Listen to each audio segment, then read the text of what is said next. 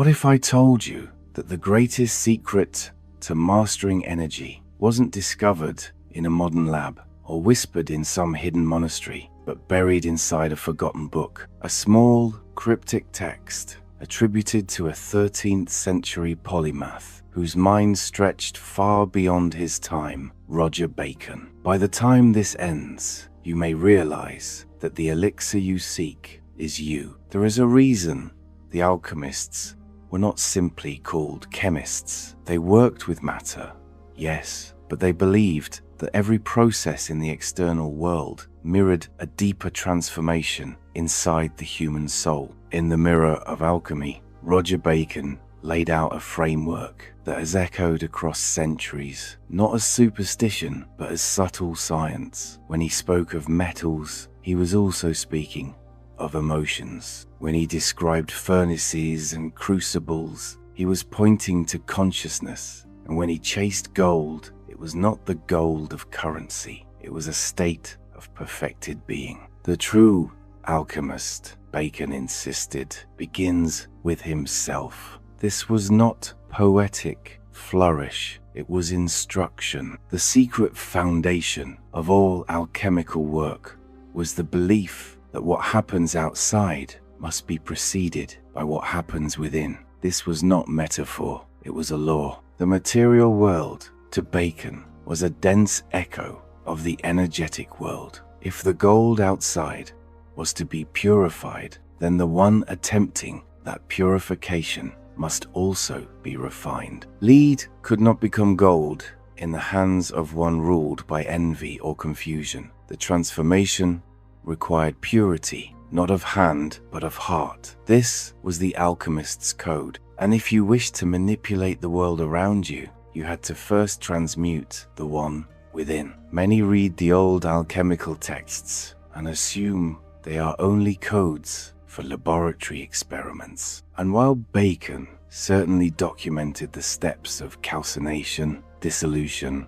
and coagulation, these processes were never just about matter. Each phase corresponded to a transformation of the self. Calcination, the burning away of impurities, pointed toward the destruction of ego and pride. Dissolution referred to the softening of rigid beliefs. Coagulation meant the stabilization of a new, integrated self. The furnace was consciousness. The heat was attention. The material being transformed was the alchemist himself. This is why alchemy has survived as a spiritual tradition. It is not about creating material gold. It is about becoming golden in nature, aligned, coherent, unshakable in essence. The alchemist understood that before any external manipulation of nature could take place, the inner nature must be understood and refined. That was the mirror Bacon spoke of, a mirror that reflects not just our face, but our frequency. The world responds to what you are, not just what you want. This was their science. Transformation, then, begins not with effort, but with observation. What am I? Where am I heavy? Where does my lead still live? To the alchemist, lead was more than a metal. It was a symbol of density, of fear, of unawakened potential. We all carry lead. We carry it in our reactions, in our judgments, in the parts of ourselves we haven't yet faced. The alchemist does not run from these. He enters them. He holds them to the flame, not to destroy, but to purify. Awareness becomes the fire. Intention becomes the tool. There is a difference between change and transmutation. Change can be superficial. It can mimic transformation without penetrating it. But transmutation is deep. It alters the structure of a thing. It is not about appearance. It is about essence. When Bacon wrote about refining substances, he meant altering them at their core. This is the work your viewer is here for. Not cosmetic shifts, but fundamental ones. Not tricks to feel better for a day, but truths that change everything. This is why the mirror matters. Most people seek to change their world without ever looking into it. They rearrange the pieces on the board, but never question the energy they bring to the game. The alchemist does the opposite. He begins by stilling the surface. He begins by seeing what is, not what should be, not what could be, but what is. Because only from clarity can fire be applied without distortion. You cannot transmute what you refuse to name. To become an alchemist in the modern world is to reclaim responsibility for your own vibration. It is to stop outsourcing power and start observing how you move through life, how you respond when discomfort arises, what habits you retreat into when fear appears, where your energy flows without your permission. The lead within you is not your fault, but it is your responsibility. Bacon never suggested that the alchemist was superior, only that he was willing to see his own impurities, willing to burn, willing to distill, willing to rebuild. The internal furnace is not for the faint of heart, but it is the only path to gold that lasts. Without it, every external victory will collapse. Without it, every manifestation is fragile. The true alchemist knew that the work was long, that it required patience, that real heat builds slowly, and that fire, once tended properly, reveals what is real. So, where do you begin? Not with formulas, not with rituals, with a question. Where is the heaviness? Not just in your body, but in your thoughts. Not just in your day, but in your beliefs. Where do you feel most trapped, most dull, most disconnected from the source of yourself? These are the places lead hides. These are the places calling for alchemy. The goal is not to escape them. The goal is to bring presence to them so fully that they begin to shift under your gaze. Presence is the solvent. It breaks down the illusion of separation. When you sit with what you usually flee, you create the conditions for transmutation. And you begin to notice not all pain is punishment. Some of it is purification. Not all fear is danger. Some of it is direction. This is the awareness Bacon trained in. A constant refinement, a constant willingness to look again, to feel deeper, to respond instead of react. The mirror also means that what you resist persists. The more you fight the shadow, the more it rules you. The alchemist knows that transformation cannot happen through force, only through alignment. Gold does not emerge because you command it. It emerges because the conditions are right, because the lead has been softened, because the fire was steady, because the vessel held strong. These are the qualities the alchemist cultivates: inner stillness, clarity of attention, and the strength to stay with the process. And make no mistake, it is a process. Bacon described it in stages because that is how nature works. Nothing blooms overnight. Nothing refines in an instant. Each step is necessary. Each has its own lessons. Calcination requires you to let go of what no longer serves. Dissolution breaks down your former identity. Separation helps you distinguish your true essence from conditioned responses. Conjunction brings those truths into union. Fermentation is the birth of new vision. Distillation is the rise of higher wisdom. Coagulation is the embodiment of that gold in physical life. These are not distant concepts. They are energetic maps. You may have felt this already without naming it. You may have gone through intense loss that stripped you bare, only to discover a deeper peace. You may have spent years chasing identity, only to realize you were not what you did, but what remained when it all fell away. These are alchemical moments. They are not pretty, but they are pure. And when you live through enough of them with awareness, you begin to understand that nothing in you needs to be fixed, only transmuted, refined, seen in its next form. Roger Bacon knew that the inner life was the key to understanding the external world. that science without spirit would always fall short, that gold without wisdom was a curse, not a treasure. His writings ask one central thing, that you look within not as a place of shame, but as a place of power, that you see your own density, not as failure, but as opportunity, that you trust the process, not just the goal. And perhaps most importantly, that you remember this: the world will not change until you do. The mirror does not lie. If your relationships are chaotic, if your body is restless, if your purpose feels unclear, these are not random symptoms. They are messages. They are signals that something within you is asking for attention. Not blame, not guilt, just awareness, just heat. The lead is not your enemy. It is the beginning of gold, but only if you're willing to do the work. Only if you understand that transformation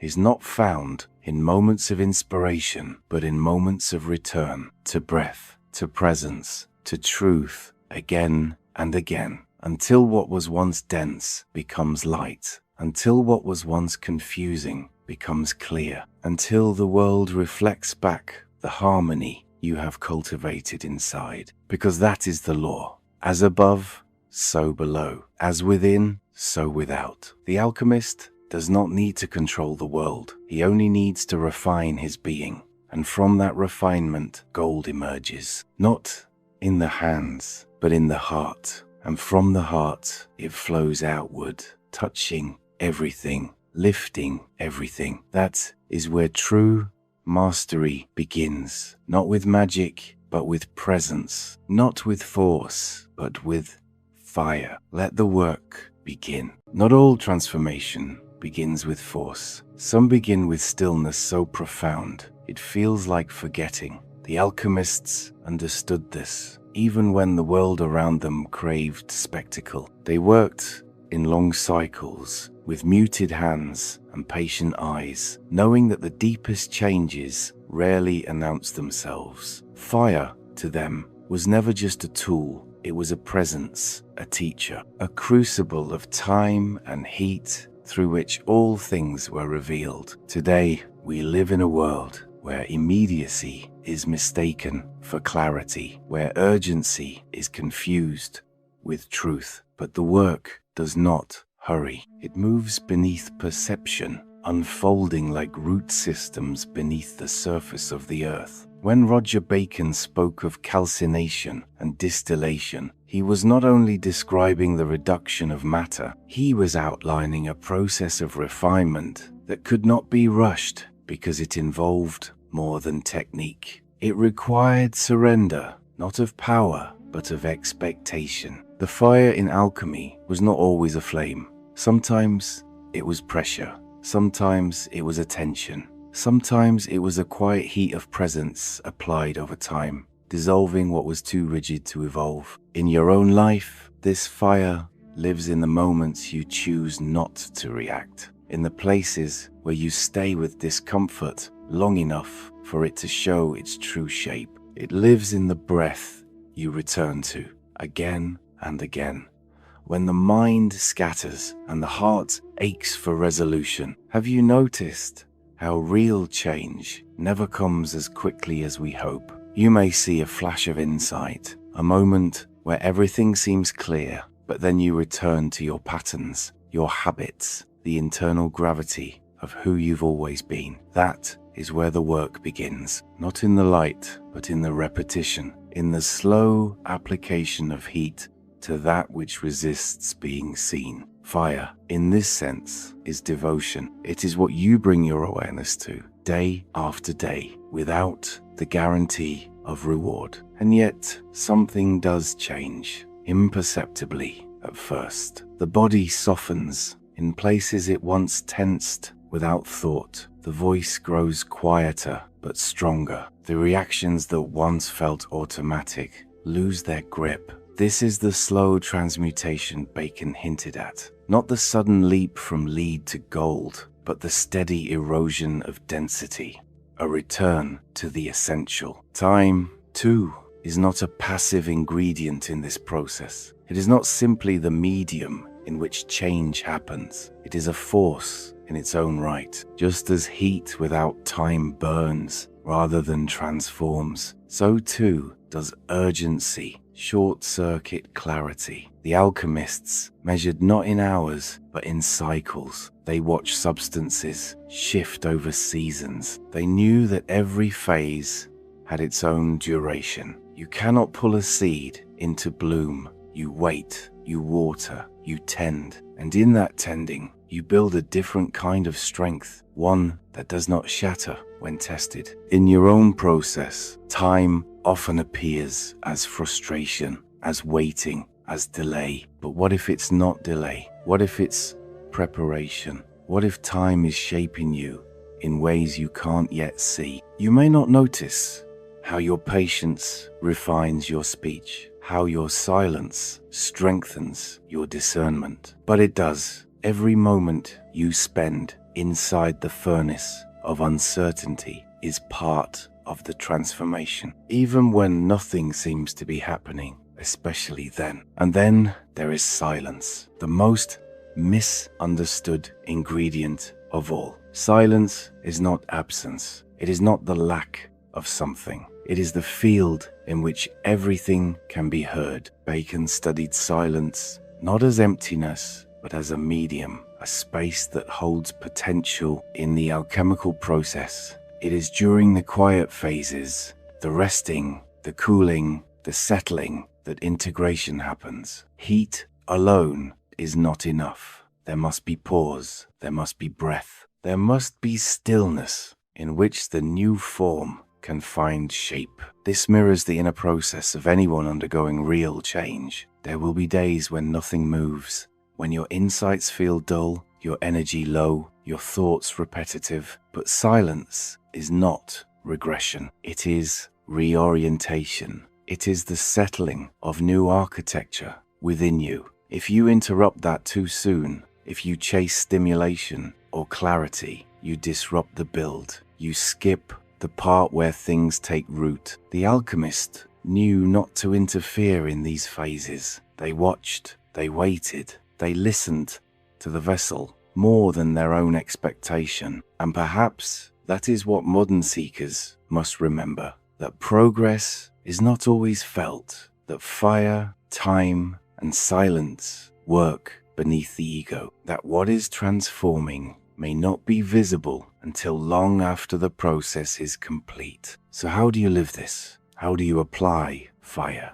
without forcing? How do you let time shape you without succumbing to impatience? How do you hold silence without making it another performance? Begin by returning to what is simple. Notice how you respond to resistance. Do you push? Do you withdraw? Or can you remain with attention long enough to understand what the resistance is guarding? That moment, the one where you choose to stay, is fire. Observe your rhythms. Are you always pushing toward outcome? Do you give yourself time to integrate? Do you expect clarity to arrive fully formed? Or are you willing to live in the slow unfolding? That willingness to remain inside the question is time. And listen to how you fill the space. Do you rush to explain, to understand? Or can you allow silence to speak first? Can you let breath precede words? That trust in what is not yet articulated is silence. None of this is dramatic. You won't feel the earth shift, but you will begin to notice subtle changes in tone,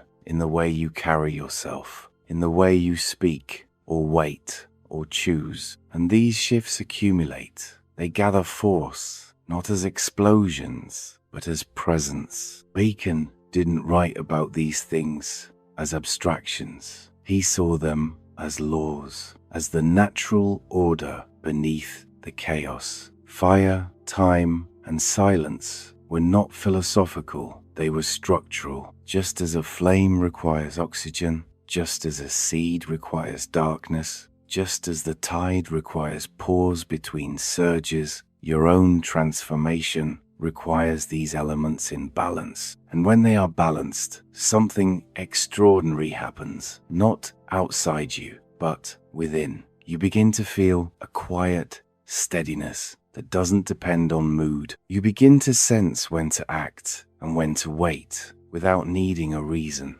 You begin to move not with fear, but with rhythm. This rhythm is what the alchemists followed. It was not a formula. It was a listening, a dialogue with the materials, with nature, with something larger than themselves. And you can do the same by listening to your own energy, by tracking your own inner temperature, by noticing where the heat is too high, where the silence is too short, where the time is not yet ripe. This is not a quick path, but it is a real one, and it leads not to perfection, but to refinement, to clarity that is not loud, to power that is not forceful, to change that holds. The fire that transforms is not the one that consumes, it's the one that stays lit quietly beneath everything you do. So let it stay lit. Let the fire work in its own time. Let the silence speak what cannot be said. You do not need to rush. You only need to remain. The gold you seek is already forming, slowly, patiently, in the heat you're learning to carry. There are moments when your chest tightens without warning, when a single memory flickers through your mind and pulls your entire body into heaviness. It is not always dramatic. Sometimes it's subtle, a sigh you didn't know you were holding, a silence that stretches too long, a question you've asked 100 times that still has no answer. These are not signs of weakness. They are invitations, traces of energy waiting to be moved. The alchemists spoke of matter in states, dense, volatile, refined, and so too must we speak of emotion in similar terms, not as obstacles to spiritual growth, but as the very material from which growth is made. Lead is not the enemy of gold, it is its beginning.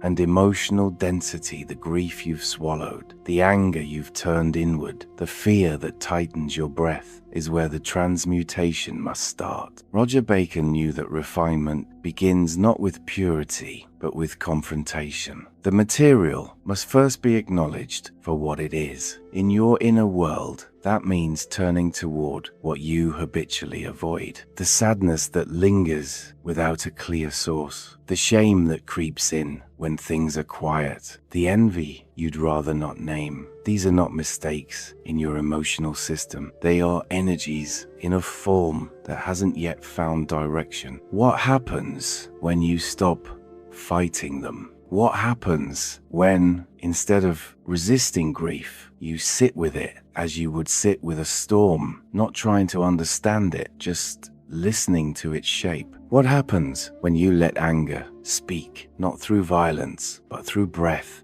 and awareness? Something changes, not all at once, but undeniably. The energy begins to move. It begins to change character. This is the essence of emotional alchemy. Not bypassing, not rebranding pain as love, but allowing the rawness to evolve. Emotion is energy with a story, and when the story is held too tightly, the energy stagnates. It contracts, it hardens. But when the story is softened, when the narrative is made permeable through presence, the energy underneath begins to surface, and it carries information, power, direction. You have known this. Even if you've never named it, you've felt the shift that comes after a deep cry. Not because something was solved, but because something was released. You've felt the strange steadiness that follows rage once it's been given a safe channel. That calm after the fire, that clarity after the collapse. These are not breakdowns, they are transitions, states of energy realigning. The ancient work required fire, not just to heat substances, but to change their nature. And in you, that fire lives in awareness, particularly the kind that does not flinch. When you meet grief without needing it to end, when you approach fear Without demanding it leave, you generate heat. You hold emotional material long enough for it to start rearranging. Not because you force it, but because you let it breathe. You do not have to solve the emotion. You have to contain it. Just as the alchemist does not shout at the lead, but holds it over time in a vessel built for heat, you must build the internal vessel to hold your own intensity. This is the emotional crucible, a space where the most vulnerable parts of you can be felt without judgment, where tears are not weakness, but the softening of what has been too rigid, where trembling is not failure, but the first sign of movement. And movement is the goal. Emotion that is held too long becomes weight. It accumulates in the chest, in the belly, in the back. It shows up as fatigue, as numbness, as overreaction. But emotion that is allowed to move becomes signal. It tells you where you're out of alignment, where your truth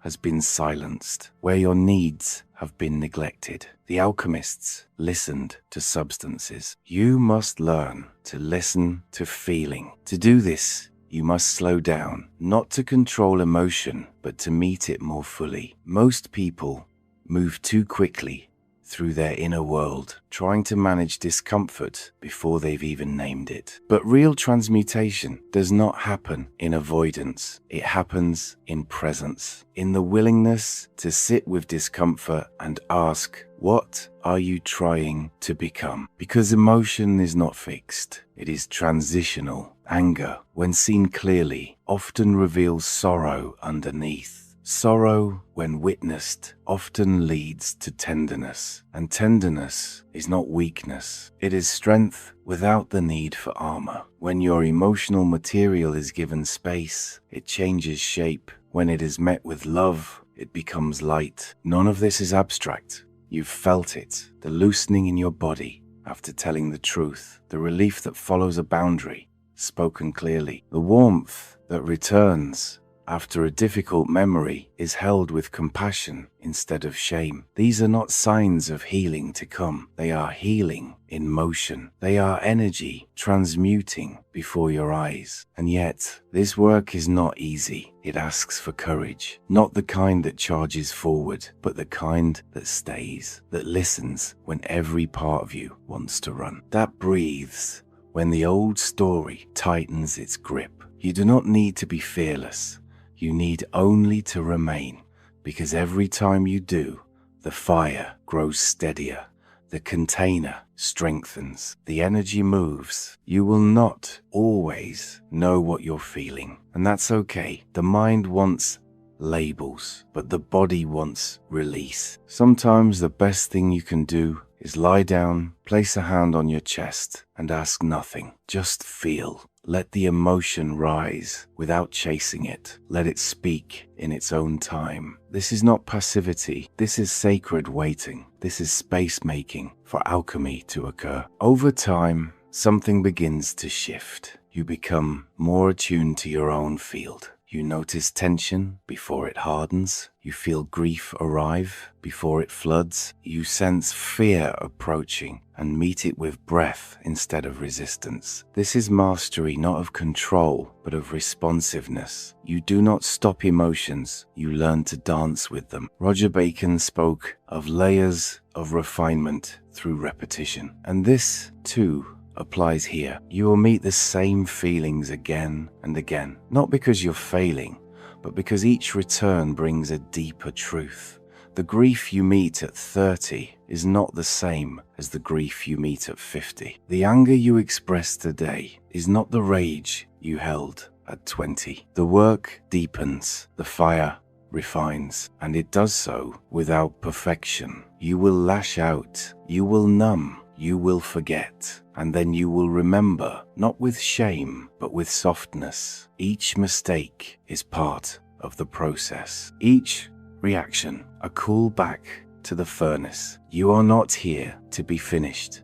You are here to become more honest, more open, more whole. But wholeness is not the absence of pain. It is the presence of everything held in balance. Gold is not flawless, it is stable, and so too can you become, not by avoiding the dark, but by welcoming it into light, by turning toward the storm and discovering that beneath it there is always something waiting, something tender, something alive. This is the great transmutation, not a dramatic moment, but a lifelong unfolding. You are not replacing emotion with light. You are revealing the light within emotion. You are not overriding sadness with joy. You are letting sadness become depth, and depth become connection. You are not erasing your fear. You are walking beside it until it no longer leads. So the next time heaviness finds you, don't resist. Breathe. Stay close. Ask it where it's been. Ask it what it needs. And then wait. It will speak. It always does. Not in words, but in temperature, in movement, in release. And as it moves, you will move. As it changes, you will change. Because you are the crucible. You are the fire. You are the substance in motion. And the work is alive inside you, steady, quiet, luminous. Let it rise. A secret current runs beneath the physical world, a subtle fire the ancients studied with reverence. Not a flame you can see, but a principle that animates all transformation. Roger Bacon, steeped in the wisdom of both mysticism and early natural philosophy, called attention to this invisible force. To the casual observer, alchemy was about metals, retorts, furnaces, but to the initiate, the real transmutation was never external. It was the mastery of that subtle fire,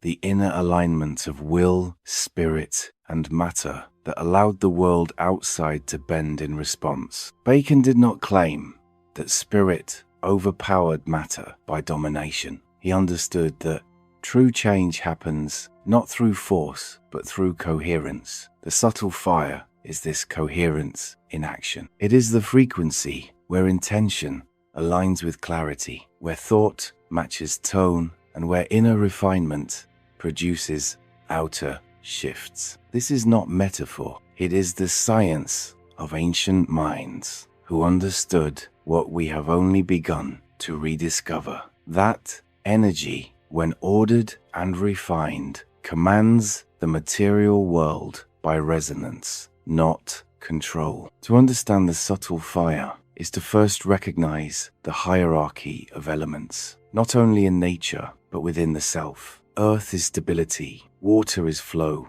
air is thought, and fire is will. But above all of these lies spirit, the breath of life that animates the whole. When the spirit within you is turbulent or disordered, your influence in the world becomes scattered. But when that spirit is anchored, clear, and still, it generates a frequency that affects matter, not dramatically, not theatrically, but inevitably. This was the secret Bacon hinted at in his cryptic instructions. Matter follows spirit only when the fire has been made pure. The purification of this fire is not dramatic, it is exacting. It begins with attention. Bacon's instructions on the furnace were never just practical, they were psychological. The furnace must be steady, he said, its fire constant, its flame regulated. If the fire flares too quickly, the work is destroyed. If it dims too much, no transformation occurs. Within you, this is the fire of focus, of discipline, of presence. And like the alchemist, adjusting his flame with care, you must learn to manage your inner fire, not suppressing it, not unleashing it blindly, but feeding it with clarity. Have you ever noticed how your body feels when your mind is scattered, when your desires pull in different directions, when your intentions are unclear? There is heat, but no light, movement, but no direction. The subtle fire is refined by aligning all levels of your being, your will, your attention, your emotional state, your breath. It is not enough to want something. That wanting must be coherent. It must arise not from impulse, but from inner clarity. Only then does matter respond. This is why Bacon placed such emphasis on silence and time, not to romanticize suffering or delay, but to allow the heat of your inner process to cook slowly. The transformation of lead into gold required patience, not because the substance was resistant, but because your alignment had to stabilize. In silence, you learn to hold the fire without consuming yourself. You learn to observe desire without being ruled by it. You learn to act without hurry. And in that stillness, the subtle fire becomes steady. Many people burn brightly for a moment, only to exhaust themselves. Others avoid the fire entirely, afraid of what might surface. But the alchemist walks a middle path. They build their furnace deliberately. They feed their fire with care, and they understand that the real work of mastery is not outward conquest, but inward equilibrium. The subtle fire is not passion alone. It is purified passion, intention stripped of ego, focus without force. It is the heat that allows energy to take form. This is the principle Bacon alludes to when he speaks of the philosopher's furnace. It was never a structure of brick and ash.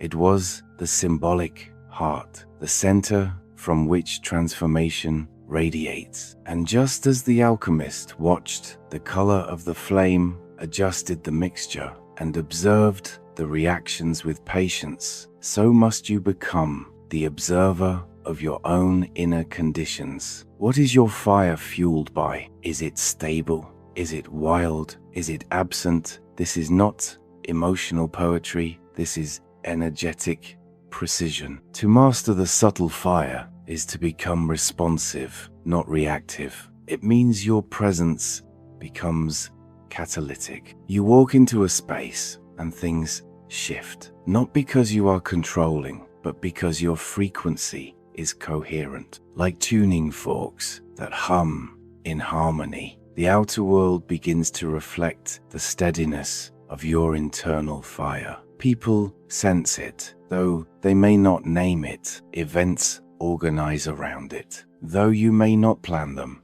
The world listens to coherence more than it listens to words. Bacon's reverence for this principle is buried in the care with which he writes about preparation. He reminds the student to cleanse the vessel, to choose the right materials, to wait until the time is right. These were not merely instructions for a laboratory. They were directives for the soul. You are the vessel. Your breath is the flame. Your will is the crucible. And unless each is prepared, the work cannot begin. Alignment is not optional. It is the starting point. The fire does not only refine, it reveals. As you hold it, your impurities surface. Your contradictions become clear. And this is where most turn away. They believe something has gone wrong. But the alchemist understands. The surfacing of the shadow is not failure. It is progress. The fire is showing you what cannot pass into gold, what must be let go. This is not always gentle, but it is always sacred. In the ancient texts, the transformation of metals involved phases: blackening, whitening, yellowing, reddening. These were not just physical processes, but spiritual stages. The blackening, nigredo, was the breakdown of false structures, the moment when everything familiar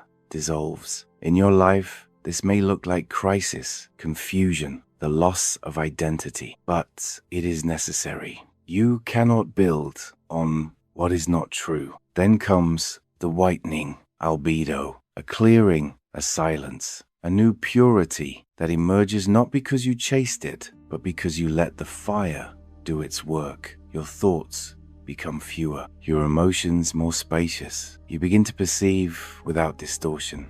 And then, slowly, comes the yellowing, citrinitas, the dawn of clarity, the return of purpose. And finally, the reddening, rubido, embodiment, radiance, the place where energy becomes form, where the work is no longer invisible, but seen in your presence, your choices, your path. To live through these stages requires faith, not in something outside you, but in the process itself. You must trust that the fire knows what it's doing, that the discomfort is not destruction, but refinement, that silence is not emptiness, but preparation, and that what you are becoming is not a better version of yourself, but a truer one in whom matter and spirit are no longer at odds. You may begin to notice small things shift. Your words carry more weight, even when they are few. Your decisions take root more easily. Others respond to your energy, not because you are persuasive, but because you are present. This is the subtle fire in action. It is not spectacle, it is signal, a frequency that says, I am aligned, and invites the world to meet you there. Bacon's genius was not in explaining every detail, it was in pointing to what could not be fully said. The fire he speaks of is not a concept, it is a lived experience. You cannot read your way into it. You must sit with it, tend to it, let it show you what is real. And over time, you will not only feel different, you will be different. Not because you changed, but because you remembered what you truly are. You are not here to escape matter. You are here to infuse it with meaning,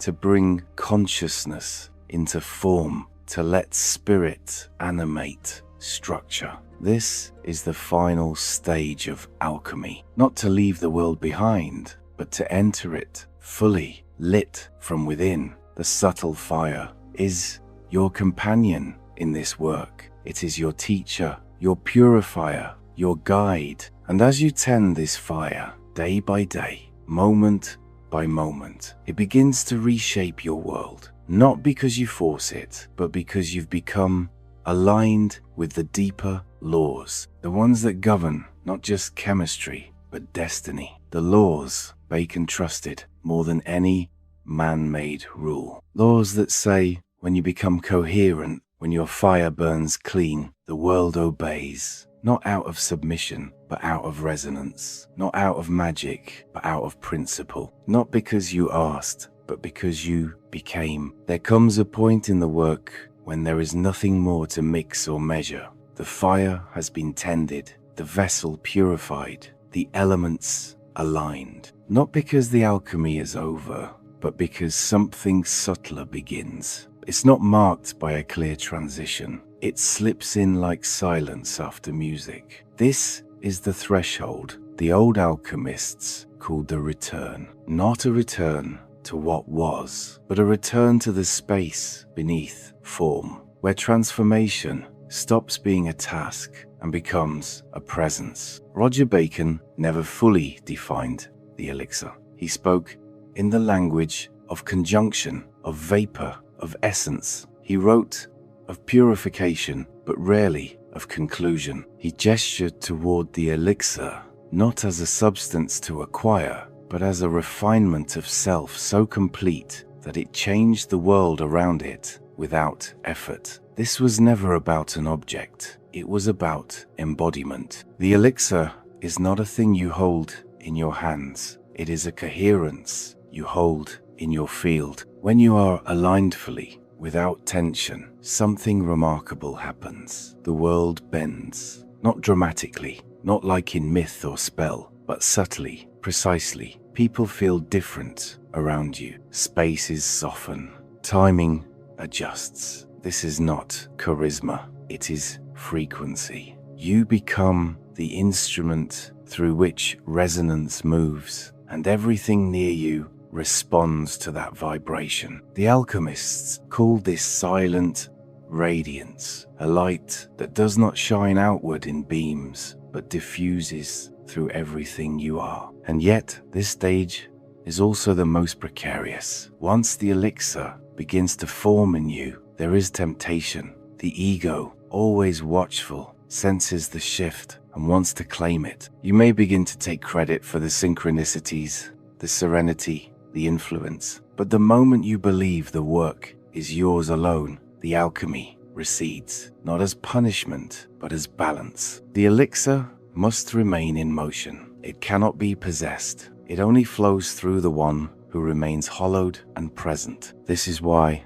the elixir is relational. It's not static. It exists between you and the ungraspable, between your breath and that which gives breath. It cannot be stored. It cannot be sold. It lives only in the present moment, and only in those who are willing to remain unfinished. You must resist the need to conclude, because the moment the elixir becomes a doctrine, it dies. The moment you seal the process, it stops evolving. The truth is, you've already tasted it.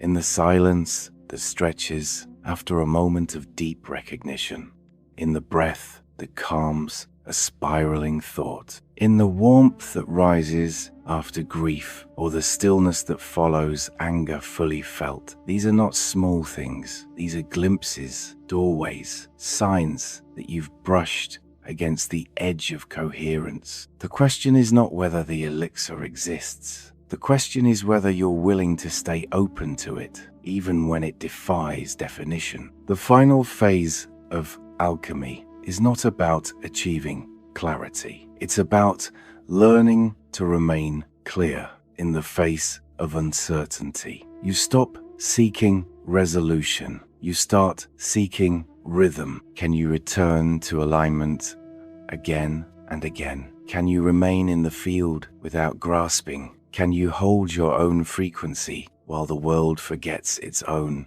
These are not metaphysical riddles. They are daily questions. How you breathe, how you respond, how you stand in discomfort without turning away. The body, at this stage, becomes more than a vessel. It becomes an instrument of the work. Every movement sends signal. Every breath recalibrates the field. You stop eating unconsciously. You stop speaking without purpose, not because you're trying to be pure, but because you felt what dissonance costs. The more attuned you become, the more sensitive you are to what pulls you off center. This isn't fragility, it's precision. You are refining yourself at the molecular level, and yet you are still human, still bound by cycles. There will be days when the field feels muddy, when your breath shortens, when your mind races. These are not signs of failure. They are invitations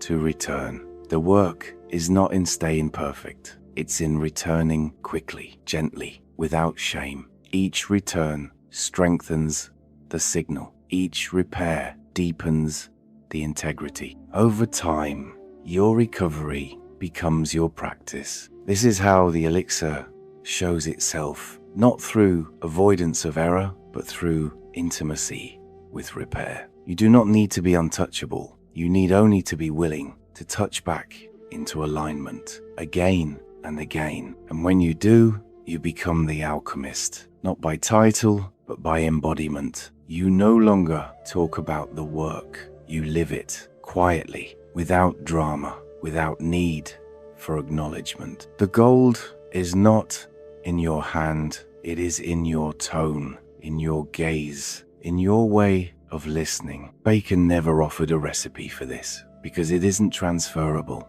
It isn't teachable in the way facts are taught. It is absorbed, inhabited, grown into, and it is different for everyone. For one, the elixir may rise in solitude. For another, through service. For some, through the breaking of their old identity. For others, through the patient tending of a single sacred truth. The vessel is unique. The process is universal. What they all share, however, is the letting go of stories, of seeking, of the idea that something is missing. The elixir begins to form when you stop striving and start listening. When you trade ambition for devotion. When your presence becomes deeper than your plans. This is not withdrawal from life. It is full participation with it, without manipulation, without distortion. The alchemist becomes invisible, not because they vanish, but because they stop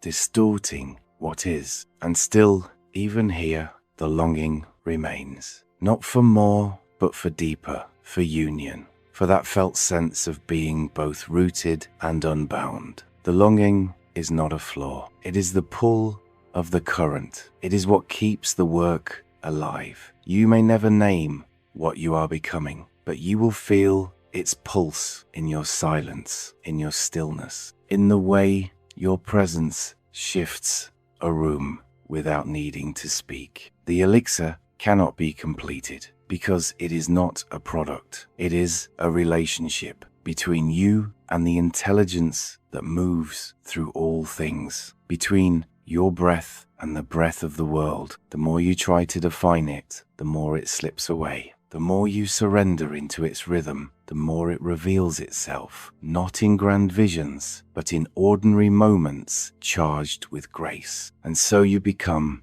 the elixir, not by arrival, but by removal of noise, of doubt, of false authority. What remains is clarity, not a clarity of answers, but of contact. You are not here to preach alchemy. You are here to transmit its presence through the way you listen, the way you pause, the way you allow each moment to be shaped by attention instead of reaction. You are not the master of this force. You are its steward, its vessel. And the more you remember that, the stronger it becomes. You hold the flame by becoming still enough not to smother it. You remain near the fire by allowing it to change you, not once, not in ceremony, but every single day. And this is the paradox at the heart of the work. The elixir, which seemed so far, was never outside you. It was always what remained when everything false fell away. You are not becoming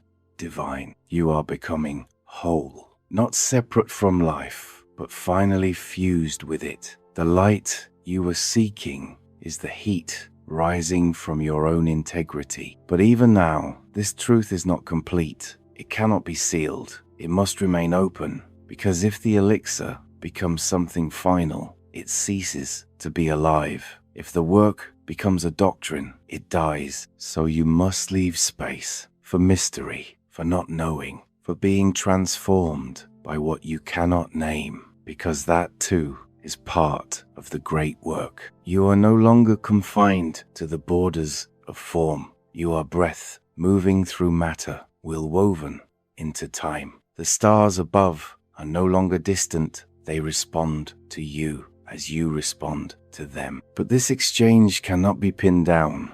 It must remain alive. The elixir is not an object, not even a state, but a relationship between you and that which remains untouched. And as long as you remain in that sacred tension, never fully arriving, you are free. For it is in the not knowing that the highest current finds you. And yet, even now, something within you waits, not for conclusion, but for permission, not to end, but to continue. You are still becoming, still being tempered, still listening. Let it stay. Let it burn. So let this remain unfinished. Let the elixir hover just beyond reach, not to torment, but to guide. Its nature is motion, not possession.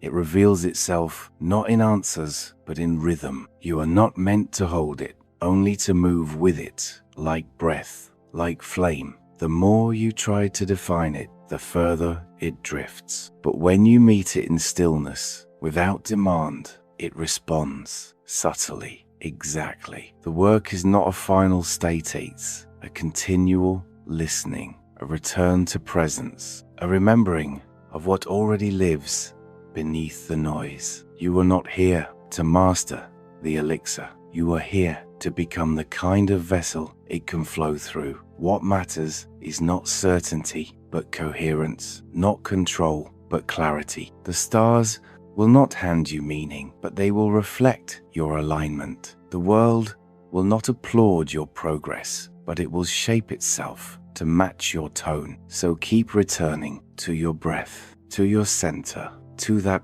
quiet knowing beneath words. Not forever, not flawlessly, just now, just here. Because it's therein, that suspended moment between what was and what could be, that the work truly begins again and again and again.